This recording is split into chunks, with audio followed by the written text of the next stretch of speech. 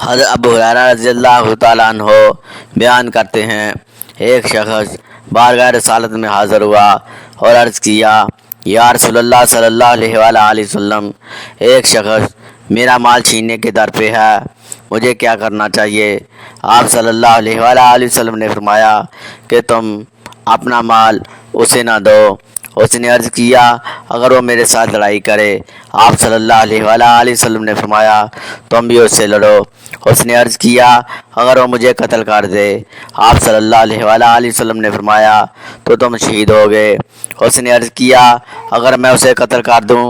آپ صلی اللہ علیہ وآلہ وسلم نے فرمایا، وہ جہنم میں جائے گا۔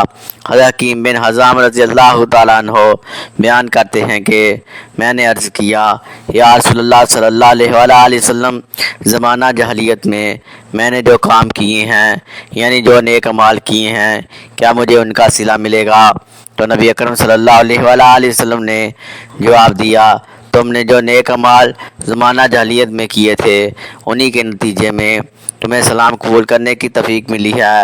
میں نے عرض کیا، اللہ کی قسم، زمانہ جاہلیت میں جتنے بھی اچھے کام کرتا تھا، وہ سب اسلام قبول کرنے کے بعد بھی کرتا رہوں گا۔ حضرت عبداللہ بن مسعود رضی اللہ تعالیٰ عنہ بیان کرتے ہیں کہ میں نے اللہ تعالیٰ کے رسول صلی اللہ علیہ وآلہ وسلم سے پوچھا، سب سے افضل عمل کون سا ہے؟